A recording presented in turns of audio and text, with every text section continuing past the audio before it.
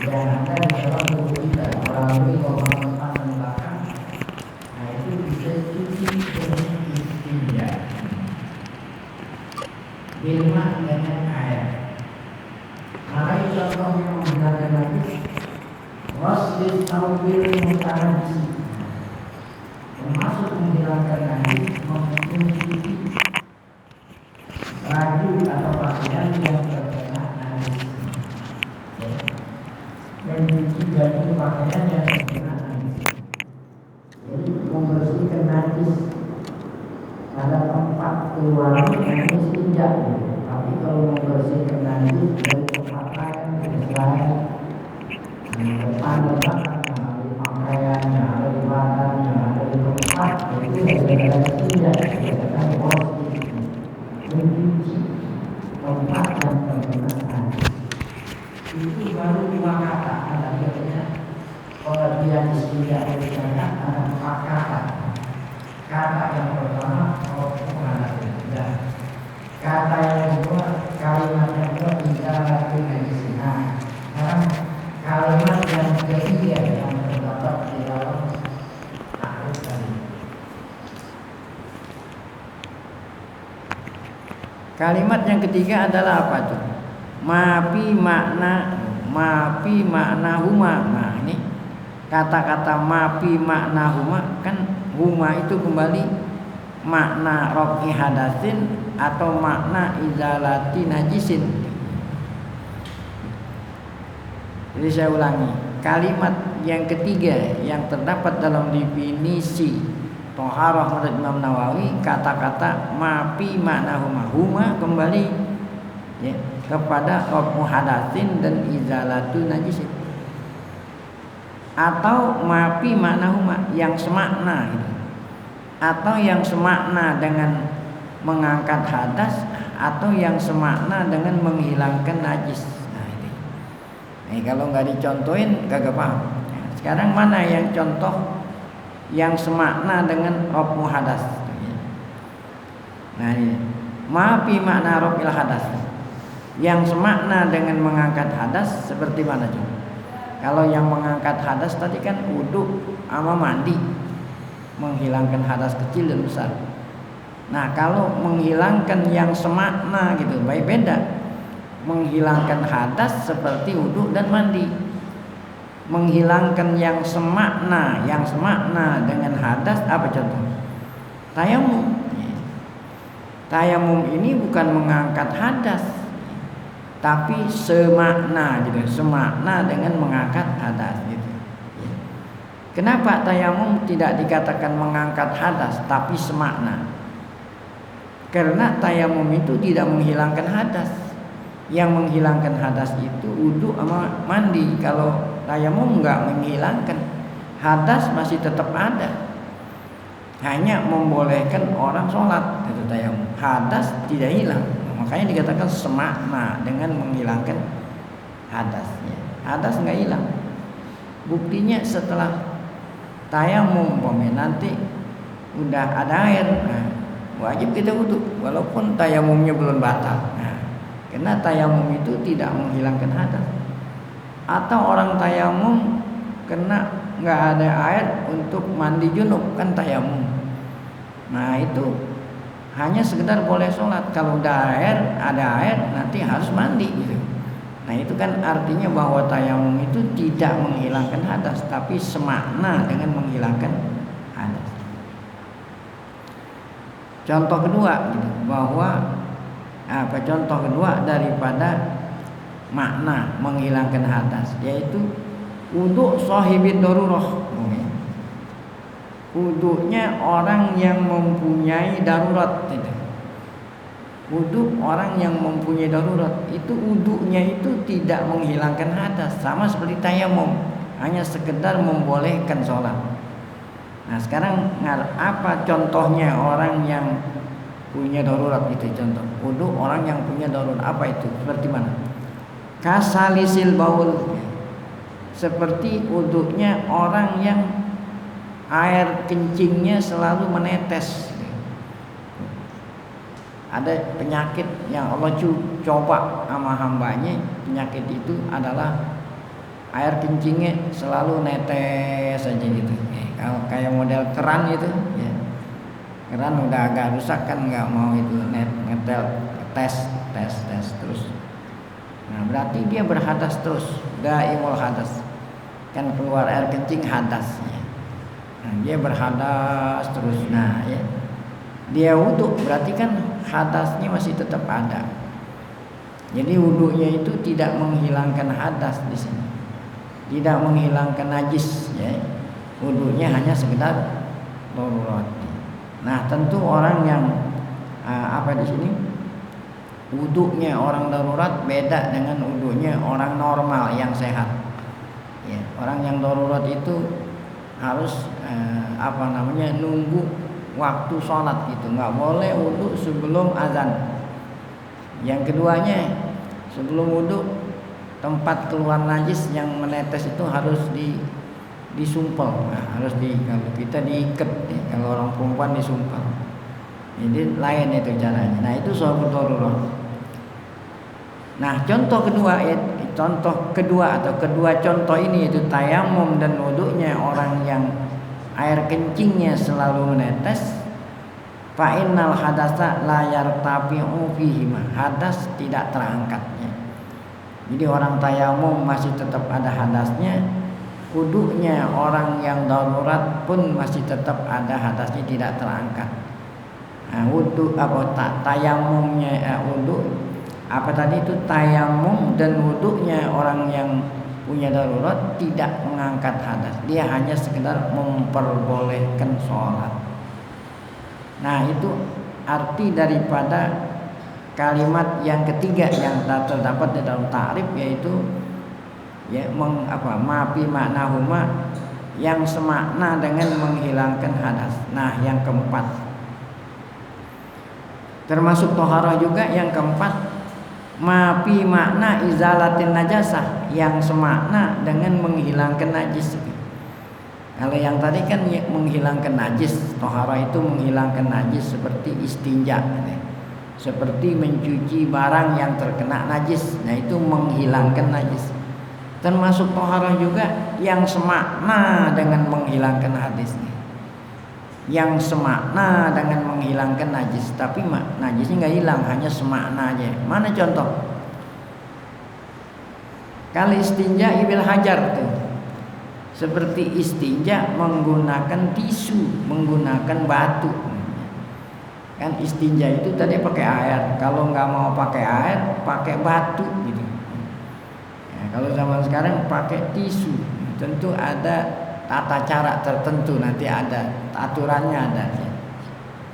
Kalau istinja itu menghilangkan najis, kena dengan sebab air, najis hilang gitu. Tapi kalau istinjanya pakai batu atau pakai tisu, itu najis nggak hilang, semakna menghilangkan najis. Kenapa dikatakan semakna? Karena hakikatnya najis nggak hilang.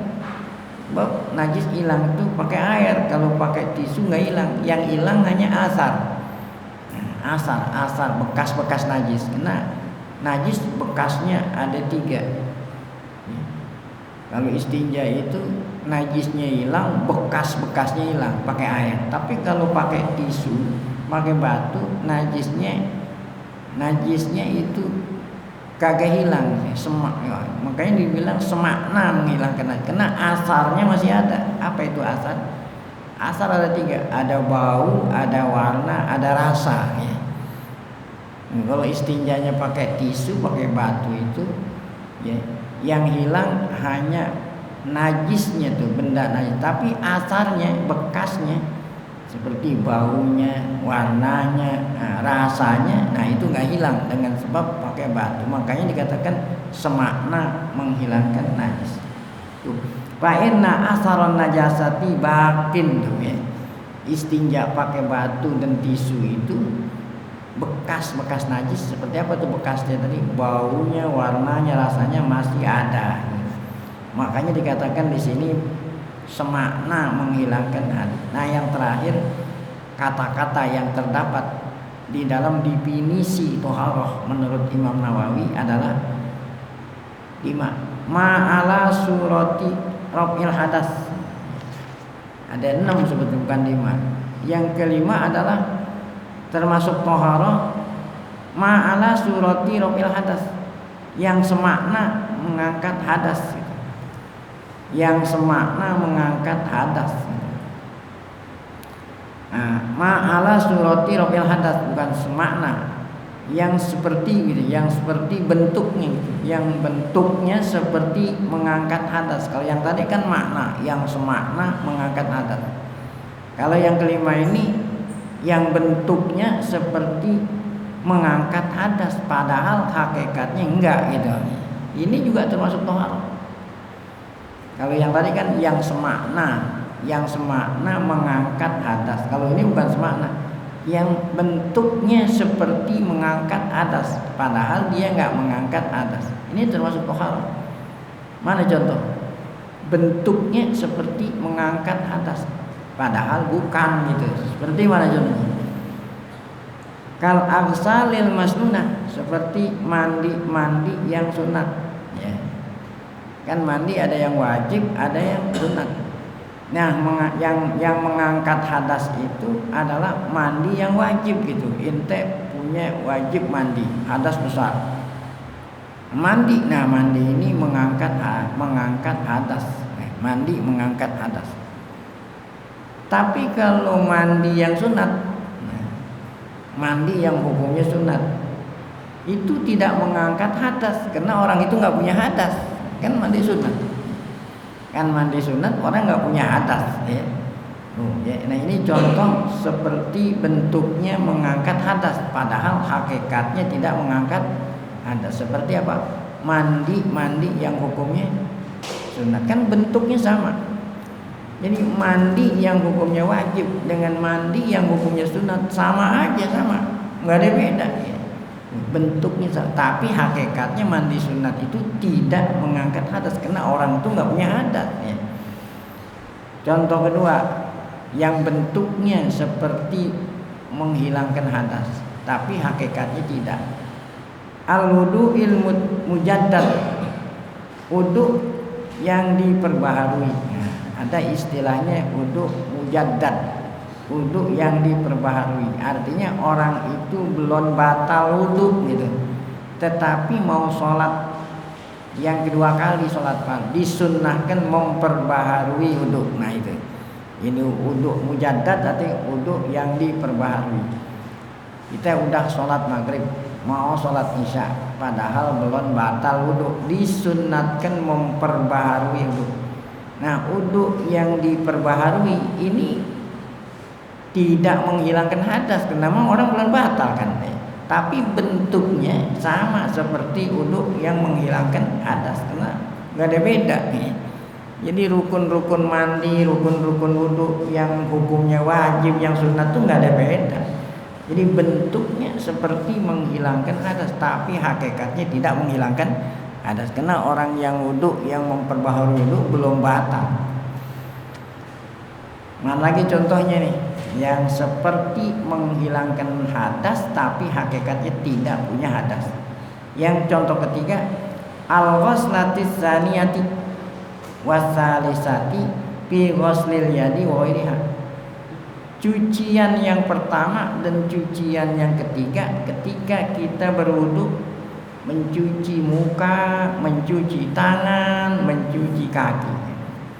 Nah, saat kita wudu itu disunahkan kita cuci 3 kali, muka 3 kali, tangan 3 kali, kaki 3 kali. Nah, cucian yang menghilangkan hadas itu cucian yang pertama gitu, ya. Saya mau wudu, menghilangkan hadas yang ada di muka. Nah, cucian yang menghilangkan hadas wudu yang pertama, cucian yang pertama kan disunahkan 2 kali. Yang kedua itu bukan menghilangkan, udah hilang kan ya. Jadi bentuknya sama seperti cucian pertama, tapi ya hakikatnya cucian muka yang kedua tidak menghilangkan hadas, karena hadas yang ada di muka sudah hilang dengan cucian yang pertama. Demikian juga cucian yang ketiga. Nah, cucian yang ketiga sama yang kedua tidak menghilangkan hadas karena udah hilang dengan cucian yang pertama. Jadi bentuknya seperti menghilangkan hadas tapi hakikatnya tidak. Nah, itu muka, tangan, kakinya. Jadi yang menghilangkan hadas yang pertama, yang kedua, ketiga tidak. Nah, perlu saya di sini agak sedikit ada penjelasan.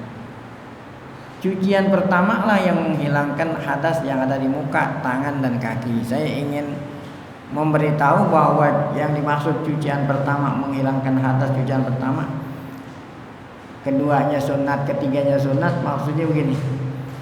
Ini banyak kita salah paham ya. Yang dimaksud cucian pertama lah dari muka, tangan, dan kaki mengenai hadas, setiap cucian itu rata. Setiap cucian rata. Kalau muka saya udah rata semua baru dianggap cucian pertama. Nah, kemudian cucian kedua rata semua. Kalau ente ngambil wudhu, cuci muka, ya, cuci muka, belum rata. Kemudian ngambil yang kedua, belum rata. Ngambil yang ketiga, baru rata. Itu baru pertama. Itu maksudnya. Ya. Jadi yang dikatakan cucian pertama itu rata semua muka. Kalau ente pakai separuh-separuh, gitu. Nah, menurut di dalam hati ini belum, muka saya belum rata. Kan muka itu harus semua kena air. Ya. Saya ragu nih, ambil lagi air. Ya. Belum begitu yakin, mungkin ada sebagian yang belum ambil lagi sampai 3 kali, sampai 7 kali baru rata, baru sekali gitu. Baru itulah yang dikatakan menghilangkan hadas yang ada di muka, cucian pertama. Jadi kalau ente nggak mau buang-buang air, 1 kali cucian ini harus diratain semua gitu, rata, baru dikatakan cucian pertama yang menghilangkan hadas yang ada di muka. Nah, disunahkan seperti itu juga rata lagi 2 kali, yang ketiga rata lagi. Nah, itu baru dikatakan yang kedua dan ketiga tidak menghilangkan hadas. Ya, sebab hadasnya udah hilang dengan cucian yang pertama tadi. Tapi bentuknya sama aja seperti cucian pertama, yang kedua dan ketiga ini. Tuh, fa innahuma, maka cucian yang pertama dan kedua lam yarfa'a al hadas. Keduanya itu tidak mengangkat hadas, karena kan hadas itu udah hilang dengan cucian yang pertama. Tapi bentuknya itu, bentuk cucian yang kedua dan ketiga sama saja bentuknya seperti cucian yang pertama. Nah, yang terakhir yang terdapat dalam definisi toharoh adalah di halaman 56. Ma'ala surati izalatin najasah. Termasuk toharoh juga yang akan dibahas dalam kitab toharoh adalah yang sebentuk gitu, yang sebentuk dengan menghilangkan najis gitu. Kalau yang tadi yang kelima kan yang sebentuk dengan menghilangkan hadas. Kalau yang kelima yang sebentuk atau yang rupanya sama menghilangkan najis tapi hakikatnya tidak menghilangkan najis. Seperti macam kal ghuslatis tsaniyati wasalisati fi zalatin najasah, seperti cucian kedua dan cucian ketiga ketika kita menghilangkan benda yang terkena najis. Nah, ya. Kan orang mau sholat itu harus menghilangkan najis yang ada pada badan, pada pakaian, pada tempat gitu ya. Ya. Badan harus hilang najis kalau ada najisnya, pakaian harus hilang, tempat harus hilang. Nah, yang menghilangkan najis adalah cucian yang pertama, sama seperti tadi wudu. Ya, kalau wudu itu bukan menghilangkan najis, menghilangkan hadas. Kalau ini najis. Jadi cucian pertama lah yang menghilangkan najis. Disunnahkan sama seperti wudu. Nyuci itu 3 kali gitu ya. Nah, cucian yang kedua tidak menghilangkan najis karena najis sudah hilang dengan cucian pertama ya. Demikian juga sunat cuci yang ketiga juga tidak menghilangkan najis karena najis sudah dihilangkan pada cucian yang pertama, tapi bentuknya sama gitu ya.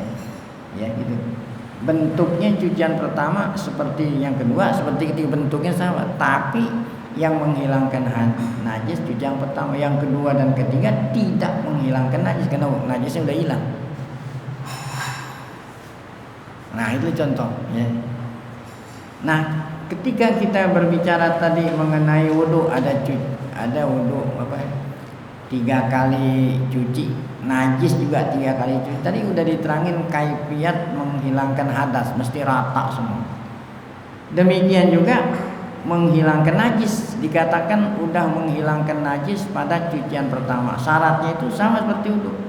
Kalau wudhu tadi syaratnya mesti rata gitu ya. Nah kalau najis dianggap selesai cucian yang pertama, bukannya rata di sini kalau najis itu ya.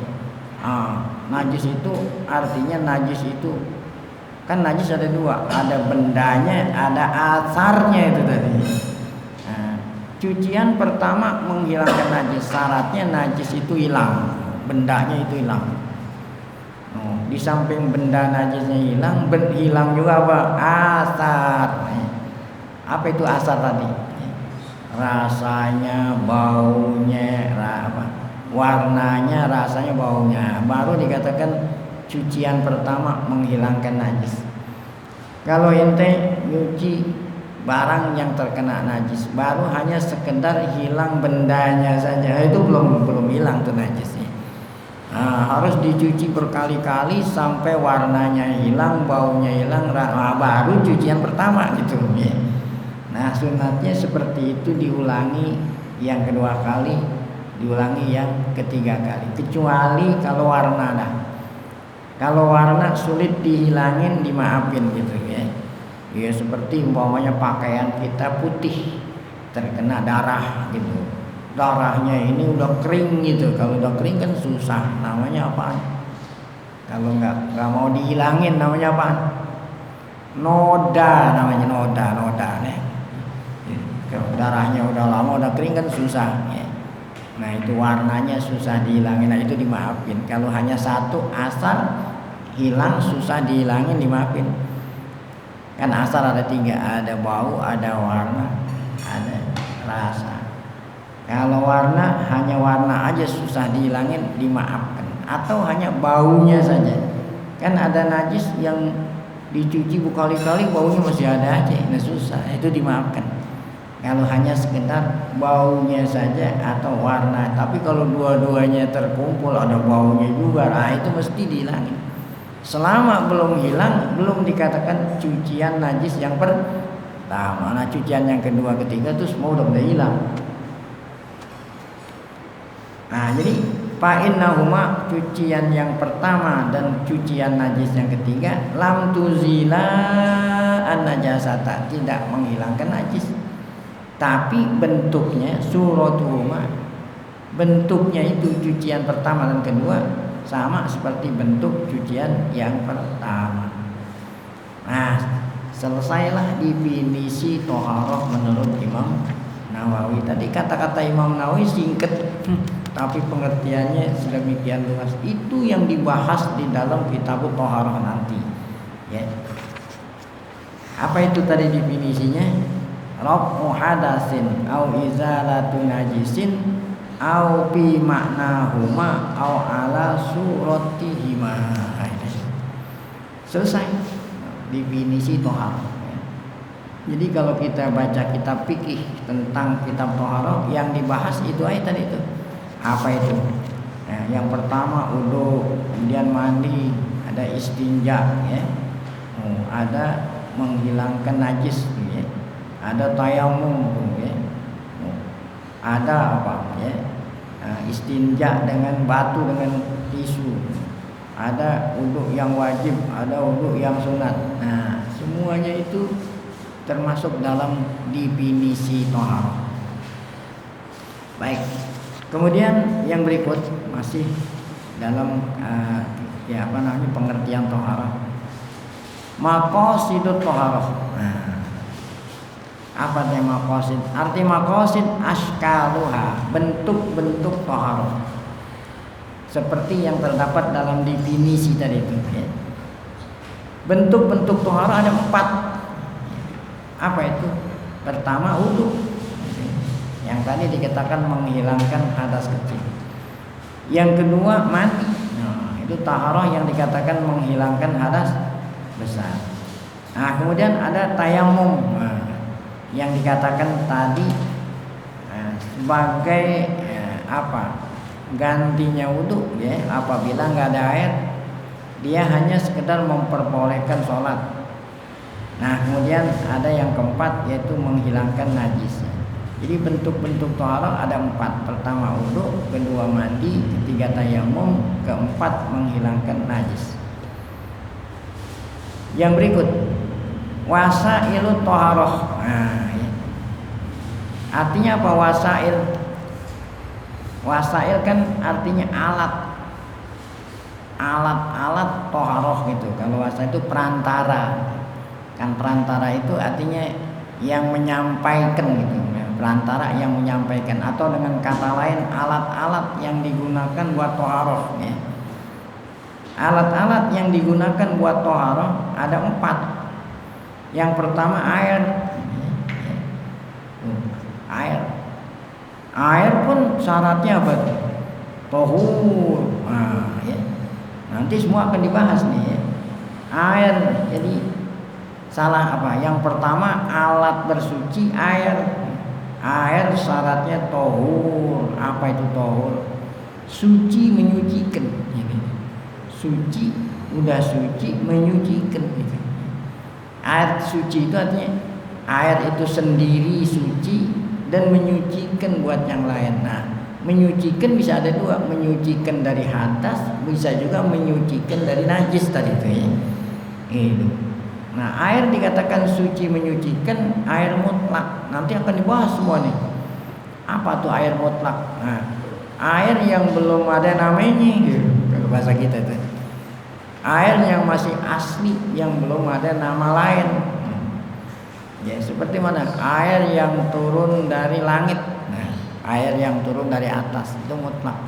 Karena belum ada namanya. Kalau hujan itu bukan nama baru, emang namanya hujan. Air hujan. Jadi air itu belum ada nama baru. Kalau dinamain hujan emang namanya hujan. Tapi kalau udah ada nama baru, nah itu tidak lagi mutlak. Hanya suci tapi tidak menyucikan. Air hujan. Nah, saya taruhin teh. Wah, sekarang udah nama teh nih.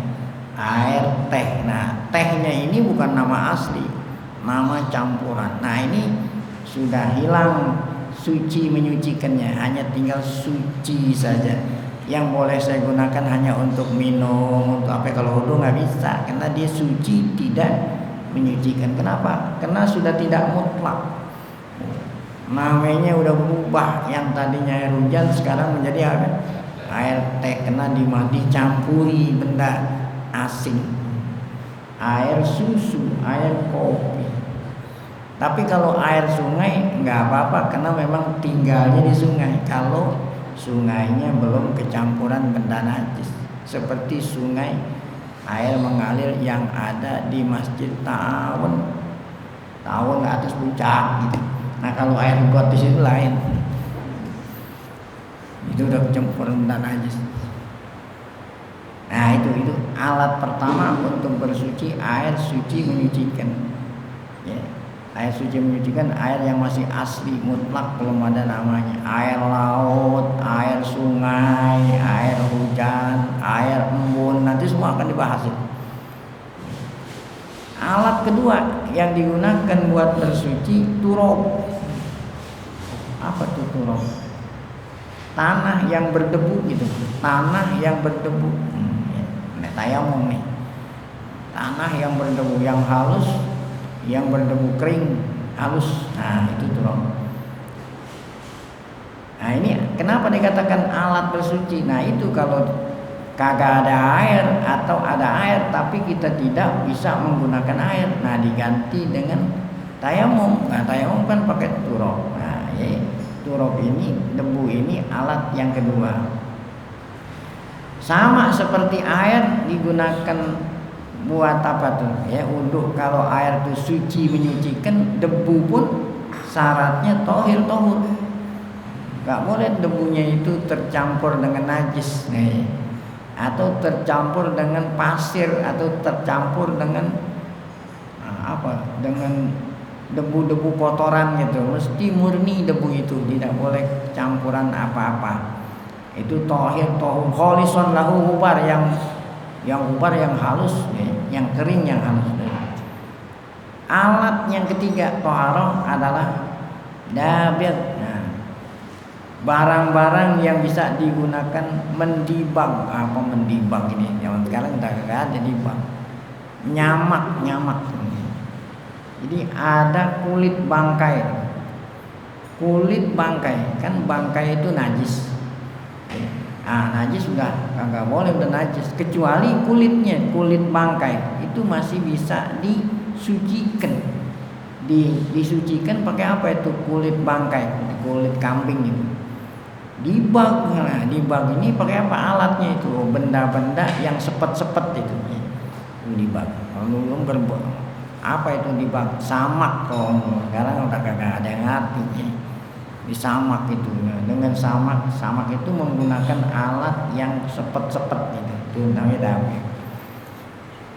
Ini kulit bangkai. Nah, kalau ente ngorban itu, nah itu bukan bangkai namanya, ya kan? Bangkai itu hewan yang mati tanpa disembelih dengan sembelihan menurut syariat bangkai. Umpamanya ada kambing ketabrak mobil mati ngebangkai. Nah, itu kulitnya masih bisa digunakan, disucikan dengan cara dibang. Tapi kalau orang korban itu bukannya bangkai, nggak perlu disamak.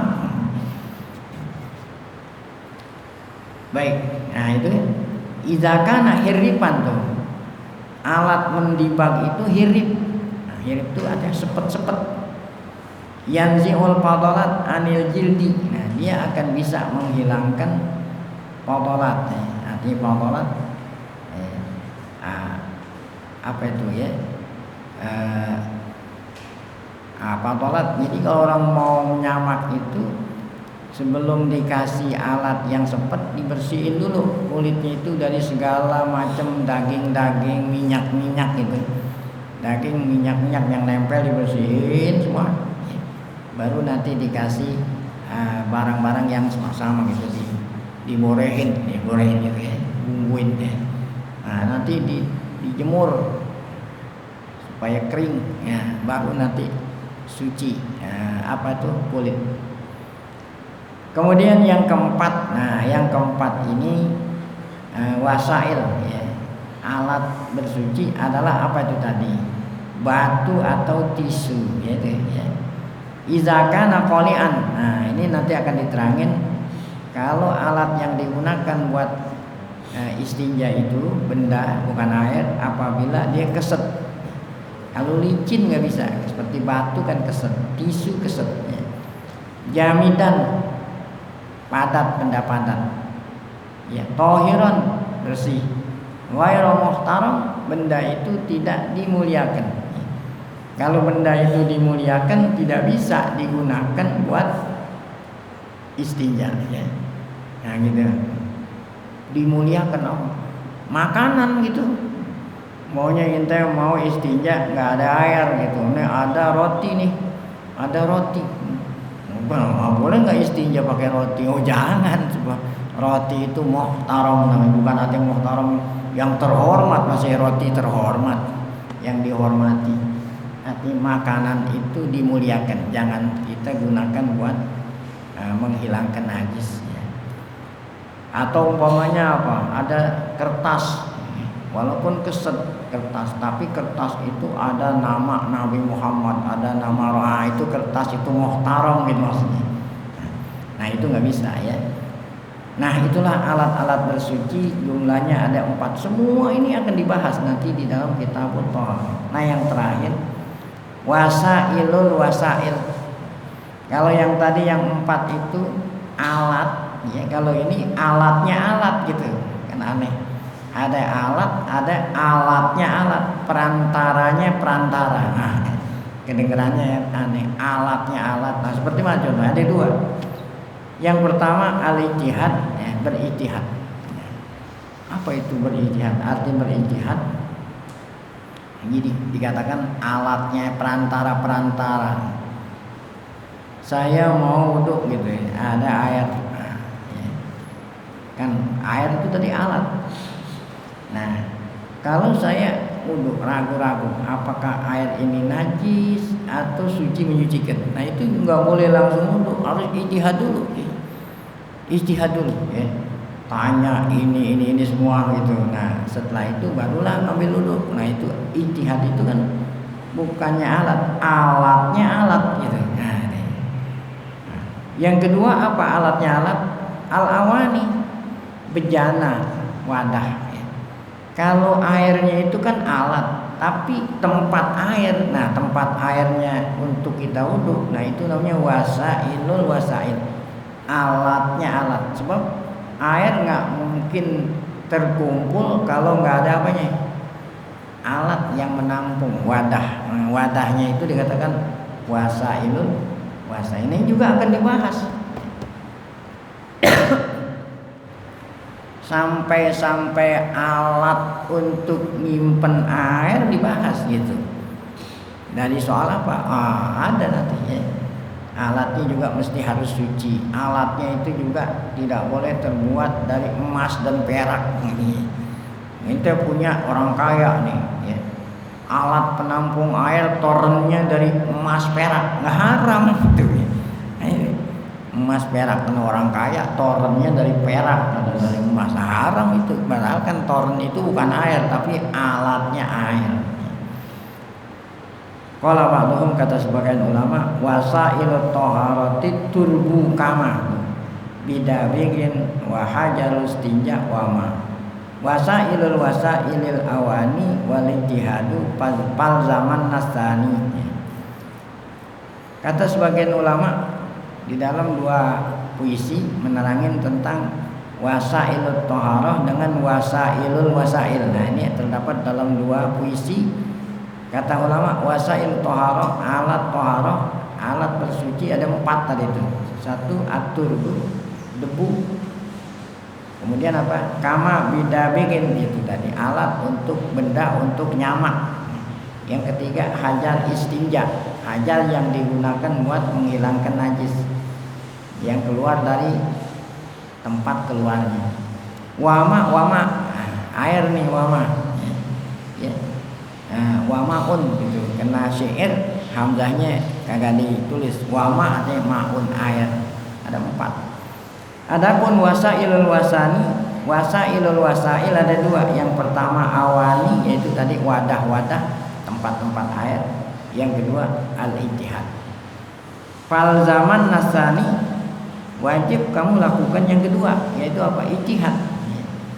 Apa maksudnya itu? Artinya kalau kita mau wudhu, sedangkan kita ragu nih air yang kita akan gunakan buat wudhu, ragu apakah suci menyucikan atau suci atau najis. Nah itu jangan langsung kita wudhu, harus berijtihad dulu. Ijtihad itu artinya nanya apa semua, lalu kemudian kita gunakan air itu untuk wudhu atau untuk mandi. Nah dengan demikian maka berakhirlah definisi toharoh menurut Imam Nawawi yang dipilih. Kemudian pada pengajian akan datang baru akan kita bahas tentang air nih.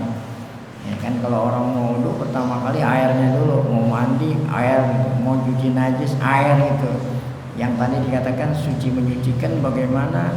Ya, selak beluknya air nih. Air mana aja yang bisa kita gunakan buat menghilangkan hadas dan mencuci najis, akan kita lanjutkan pembahasannya pada pengajian yang akan datang.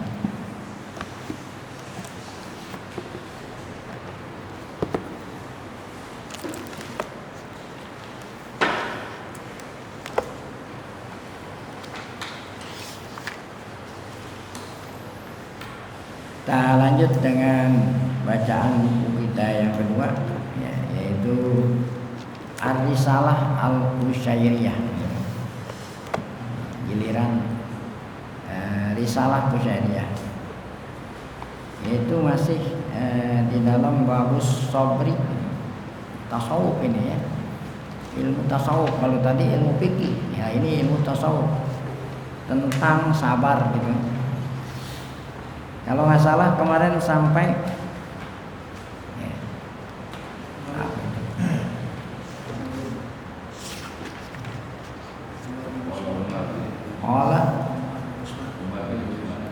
Ruwaim kemarin.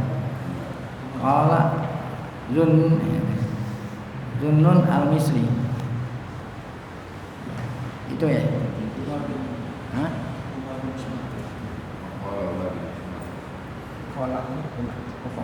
Qala siapa?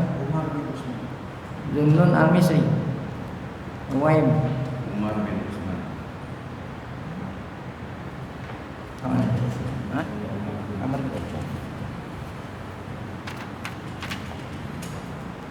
Qala Amr bin Utsman.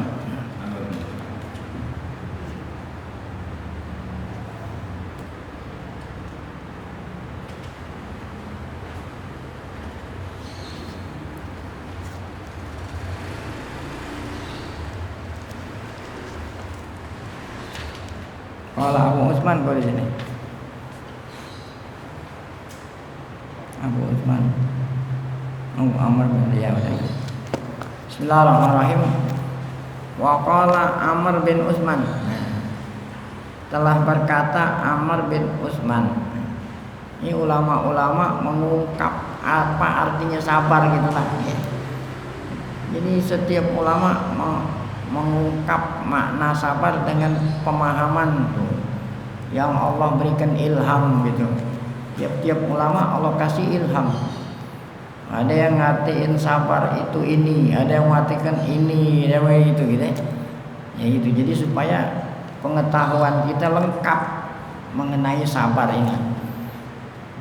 Sabar ini susah ya. Kata Amr bin Utsman, sabar itu apa sih sabar? Gitu. Kata beliau menurut pengertian beliau, menurut pemahaman beliau yang Allah berikan ilham kepada hati beliau. Kata Amr bin Utsman, sabar itu as-sabat ma'allah. Sabar itu tetap beserta Allah. Itu menurut pengertian Amr bin Utsman, ulama. Tetap sama Allah. Artinya nggak tergoda, tetap di jalan Allah tidak tergoda. Walaupun ada godaan, ada rayuan gitu, tetap ya istiqomah. Baru orang dikatakan sabar. Apalagi talaki balaihi birrohbi wada'ah. Termasuk sabar talaki balaihi. Apa itu talaki balaihi? Menerima segala macam cobaan gitu ya. Menerima segala cobaan Allah dengan hati yang senang. Baru dikatakan sabar. Cobaan kan kalau yang namanya cobaan sesuatu yang tidak kita suka, itu cobaan ya. Kalau yang suka itu bukan coba. Allah memberikan cobaan-cobaan sama hambanya. Kalau hambanya itu sabar, tandanya alamatnya dia senang gitu. Tapi kalau pakai gerutu gitu, tahu nggak gerutu? Gerutu, mengeluh, berarti dia nggak senang. Jadi sabar itu adalah apa? Sabat sama Allah, artinya tetap sama Allah. Apa tetap? Dia itu istiqomah. Istiqomah disertai apa? Apabila Allah uji dengan cobaan yang tidak menyenangkan, hatinya tetap senang. Baru dikatakan sabar. Ini menurut pengertian Amr bin Utsman. Talaki atau talaki menerima balaihi cobaan-cobaan Allah birrohmi wada'ah dengan hati yang senang, hati yang luas. Baik. Waqala al-khawas. Kemudian ulama berikut namanya khawas. Mengartikan sabar itu apa? Sabat ala ahkamil kitab wa sunnah. Kalau khawas mengatakan sabar itu orang itu tetap ala ahkamil kitab wa sunnah, atas hukum-hukum, ketentuan-ketentuan yang ada di Al-Quran dan hadis. Baru dikatakan sabar. Walaupun berbagai macam rintangan itu, tetap dia itu menjadikan Quran dan hadis sebagai imamnya, sebagai panutannya, sebagai aturan hidupnya. nggak tergelincir, baru dikatakan orang itu sabar. Ini kan kata Nabi, di akhir zaman orang yang berpegang teguh dengan ajaran Quran dan hadis bagaikan orang yang megang bara. Tahu bara? Bukan areng, bara gitu. Kalau areng kalau nggak dinyalain nggak jadi bara. Areng, orang mau manggang sate gitu, arengnya itu harus dijadiin apa? Bara. Sanggupkah ente megang bara? Kagak. Sabar, terutama di akhir zaman. Di akhir zaman orang yang berpegang teguh dengan ajaran Quran dan hadis bagaikan orang yang megang bara. Berarti kalau kita nggak tahan, kita lepas, berarti ente nggak punya kesabaran. Nah, itu menurut pengertian Al-Khawas. Nah, lain lagi ulama Yahya bin Mu'adz mendefinisikan arti sabar. Kata beliau, sabar itu kata Yahya bin Mu'adz, sabrul muhibbin asyaddu min sabriz zahidin.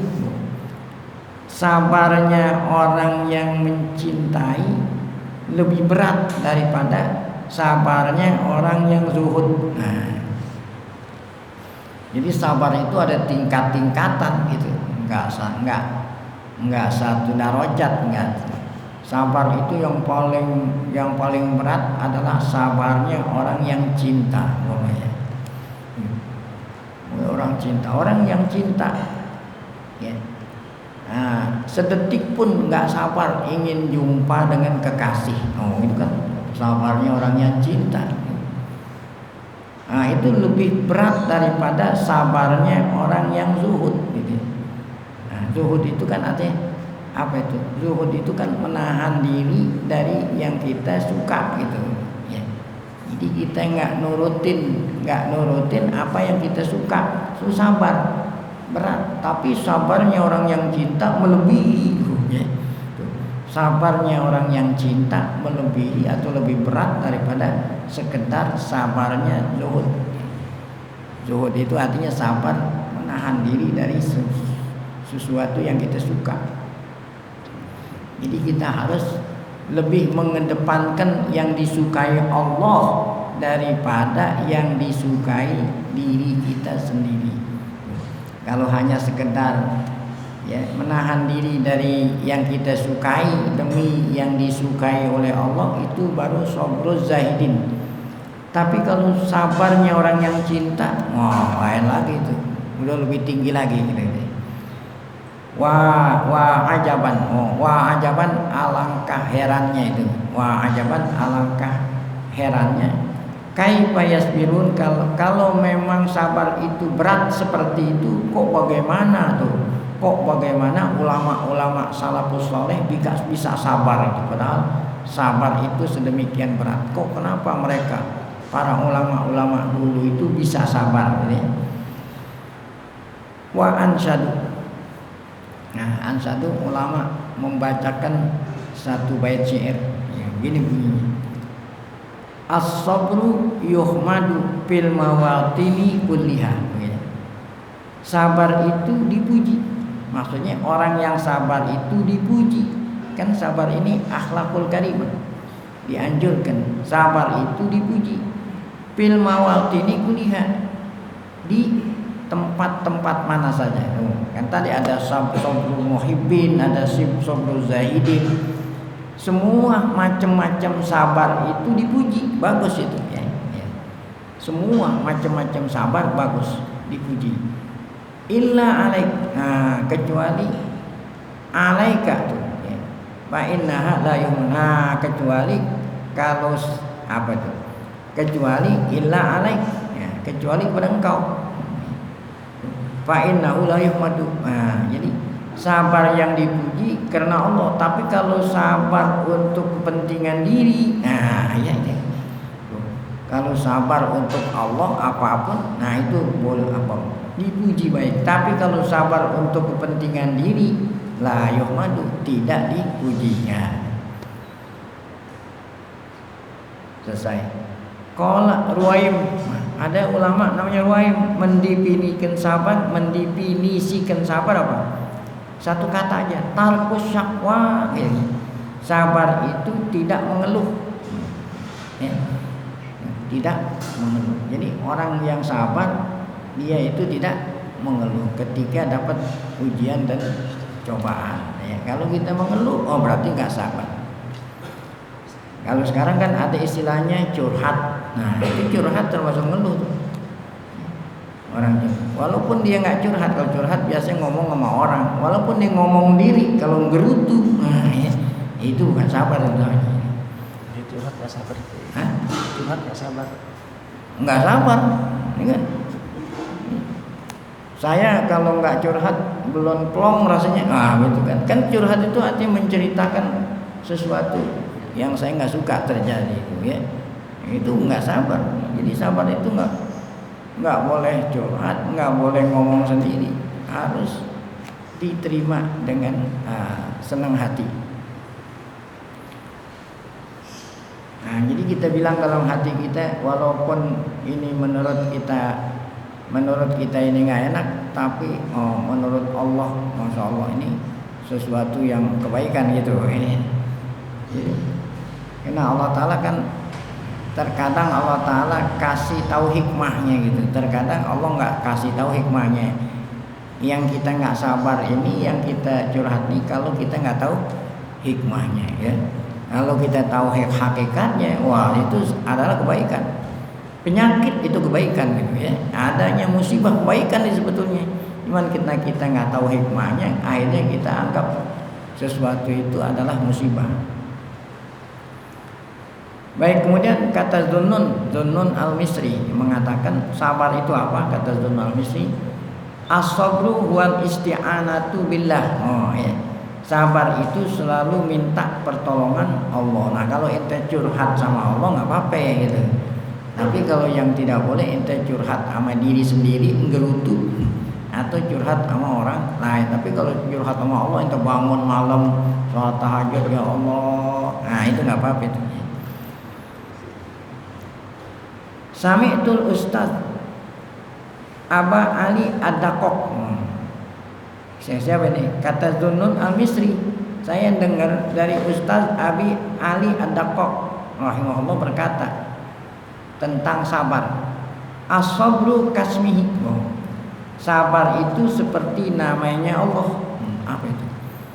Kan salah satu nama Allah Sobur. Coba kita baca Asmaul Husna. Udah mau ke 90 berapa? Sobur terakhir. Sobur itu salah satu nama.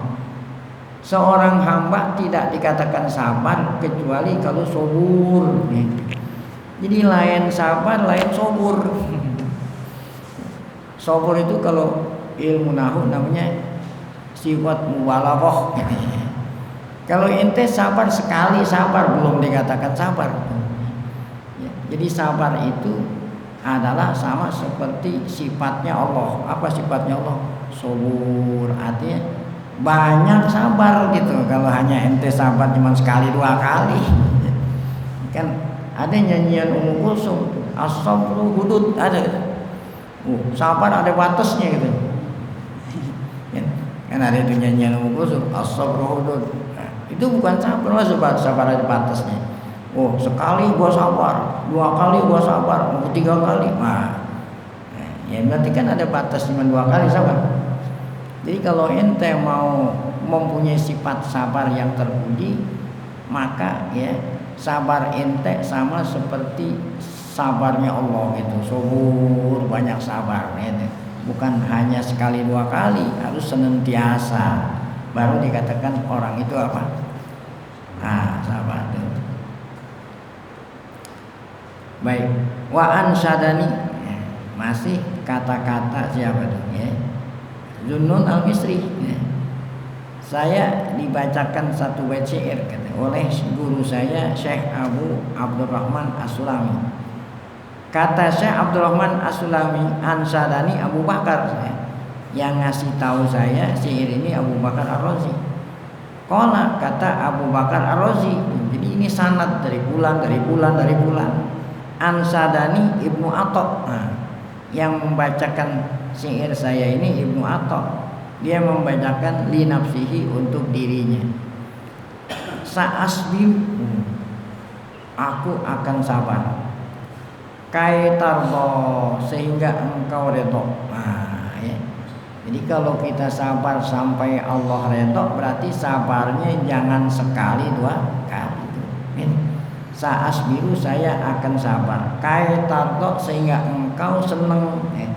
Jadi kalau kita sabar sampai Allah senang, berarti sabarnya sekali dua kali atau berapa? Terus-terusan sampai Allah senang, sampai Allah redho. Kemudian apa? Ya, wa utlaku hasratan. Wa utlaku, sehingga aku binasa. Wah, walaupun aku binasa tuh hasratan. Hasratan artinya menyesal. Walaupun aku binasa, aku nyesel, tetap aku sabar. Wa hasbi antardo, cukup bagi saya engkau senang, engkau redha ya Allah. Wayat lakuni sobri, walaupun kesabaran saya ini membuat aku binasa. Walaupun aku sampai mati, aku sabar demi untuk meraih apa? Keredhaan Allah Subhanahu. Nah, ini yang dikatakan tadi, sabar itu bukan sekali dua kali, harus terus menerus. Ya, sampai ajal kita sampai. Nah, itulah sabar yang diperintah atau yang dipuji oleh Allah. Itu menurut pengertian siapa tadi itu? Zunnun al-Basri. Satu lagi, qala Abdullah bin Khabib. Nah, kata Abdullah bin Khabib, as-sabru ala salasati aqsam. Sabar ada 3 macam. Maksudnya ada 3 macam, 3 tingkatan. Ada mutasabbir gitu. Mutasabbir, ada sabir, ada sabar. Nah, sabar ada 3 tingkatan. Yang paling rendah namanya mutasabbir. Apa itu? Artinya mutasabbir walaupun berat dipaksa-paksain gitu. Walaupun kan sabar itu berat, namun dipaksa-paksain. Nah, itu baru dikatakan mutasabbir. Kalau sabir, ya, nah itu tidak merasa berat itu, ya, sudah menjadi sifat sabar sudah melekat pada dirinya sehingga dia tidak merasa berat. Walaupun ujiannya sangat berat, dia biasa-biasa aja sabar. Nah, baru sabar. Tingkatan yang paling tinggi sabar tuh, ya. Nah, seperti tadi sabur, ini kan sigot mubalaghah, ya. Ya, sigot mubalaghah ada sabur, ada sabar. Nah, itu tadi tuh sampai ya, sampai dirinya binasa, dia itu tetap sabar. Nah, ini tingkat yang paling tinggi. Jadi ada mutasabbir, ada sabir, ada sabar. Nah, kemudian qala Ali bin Abi Thalib, insyaallah kita lanjutkan pada pengajian